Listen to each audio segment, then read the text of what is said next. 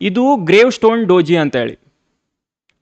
ಈ ಕ್ಯಾಂಡಲ್ಲು ಮತ್ತು shooting star ಕ್ಯಾಂಡಲಲ್ಲಿ ಏನು ಡಿಫ್ರೆನ್ಸ್ ಇದೆ, ಈ ಕ್ಯಾಂಡಲು ಮೇಲ್ಗಡೆ ನಿಮಗೆ ರೆಸಿಸ್ಟೆನ್ಸ್ ಏರಿಯಾದಲ್ಲಿ ನೋಡಬೇಕು, ಗ್ರೇವ್ ಸ್ಟೋನ್ ಡೋಜಿ ಕೂಡ ನಿಮಗೆ ಮೇಲ್ಗಡೆ ನೋಡಬೇಕು.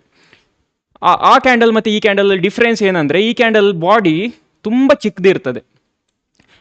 ಶೂಟಿಂಗ್ ಸ್ಟಾರಲ್ಲಿ ನಿಮ್ಮ ಬಾಡಿ ಏನಿತ್ತು, ಶೂಟಿಂಗ್ ಸ್ಟಾರಲ್ಲಿ ನಿಮ್ಮ ಕ್ಯಾಂಡಲ್ನ ಬಾಡಿ ದೊಡ್ಡದಿತ್ತು. ಇಲ್ಲಿ ಗ್ರೇವ್ ಸ್ಟೋನ್ ಡೋಜಿಯಲ್ಲಿ ಕ್ಯಾಂಡಲ್ನ ಬಾಡಿ ಒಂದು ಚಿಕ್ಕ, ಆಯಿತಾ, ಬಾಡಿ ನಿಮ್ಗೆ ತೋರಲ್ಲ, ಚಿಕ್ಕ ಬಾಡಿ ಇರ್ತದೆ.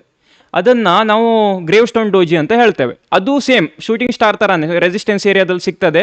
ಅದ್ರ ಲೋ ಕೆಳಗಡೆ ಹ್ಯಾಂಗೆ ಮಾರ್ಕೆಟ್ ಹೋಗ್ತದೆ, ಆವಾಗ ನೀವು ಎಂಟ್ರಿ ಮಾಡ್ತೀರಾ, ಸ್ಟಾಪ್ ಲಾಸ್ ಮೇಲ್ಗಡೆ ಹಾಕ್ತೀರಾ. ಇದು ಗ್ರೇವ್ ಸ್ಟೋನ್ ಡೋಜಿ ಸಿಗ್ತದಾ ಅಂತೇಳಿ ನೋಡೋಣ, ಆಯಿತಾ.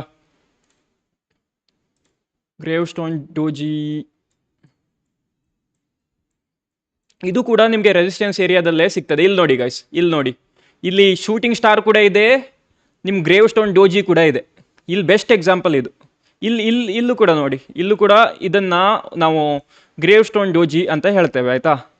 ಈ ಕ್ಯಾಂಡಲ್ ನೋಡ್ತಿದ್ದೀರಲ್ಲ, ಇದನ್ನು ಗ್ರೇವ್ ಸ್ಟೋನ್ ಡೋಜಿ ಅಂತ ಹೇಳ್ತೇವೆ. ಇದನ್ನು ಕೂಡ ಗ್ರೇವ್ ಸ್ಟೋನ್ ಡೋಜಿ ಅಂತ ಹೇಳ್ತೇವೆ.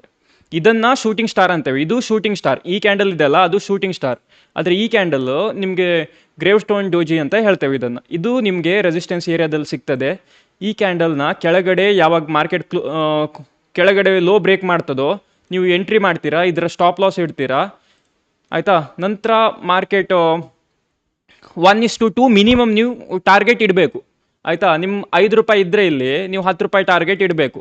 ನಂತರ ಅದು 20 ರೂಪಾಯಿ ಹೋಗ್ತದೆ, 30 ಹೋಗ್ತದೆ, ಅದು ನಮ್ಗೆ ಬೇಕಾಗಿಲ್ಲ. ನಮಗೆ ಟಾರ್ಗೆಟ್ 10 ರೂಪಾಯಿ ಮಿನಿಮಮ್ ಬೇಕು, ಆಯಿತಾ. 5 ರೂಪಾಯಿ ಸ್ಟಾಪ್ ಲಾಸ್ ಇದ್ದರೆ 10 ರೂಪಾಯಿ ಟಾರ್ಗೆಟ್ ನಮ್ಗೆ ಮಿನಿಮಮ್ ಬೇಕು.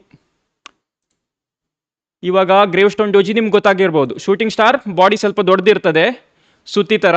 ಆದರೆ ಗ್ರೇವ್ ಸ್ಟೋನ್ ಡೋಜಿಯಲ್ಲಿ ಬಾಡಿ ಇರಲ್ಲ, ಸ್ವಲ್ಪ ಒಂದು ಸಣ್ಣ ಟಿಕ್ ಮಾರ್ಕ್ ಥರ ಇರ್ತದೆ, ಆಯಿತಾ. ಅದನ್ನು ನೀವು ಏನಂತೀರಾ, ಅದನ್ನು ನೀವು ಗ್ರೇವ್ ಸ್ಟೋನ್ ಡೋಜಿ ಅಂತ ಹೇಳ್ತೀರಾ.